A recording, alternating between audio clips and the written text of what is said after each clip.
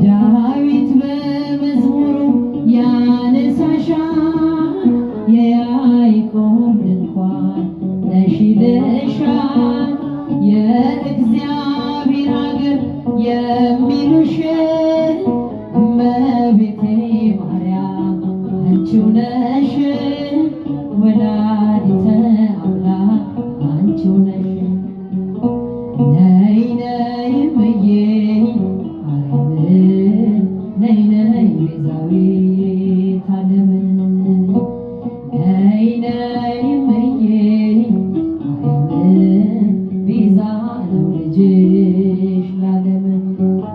ቤተልሔም ስሄድ አይሻለሁ ቀራ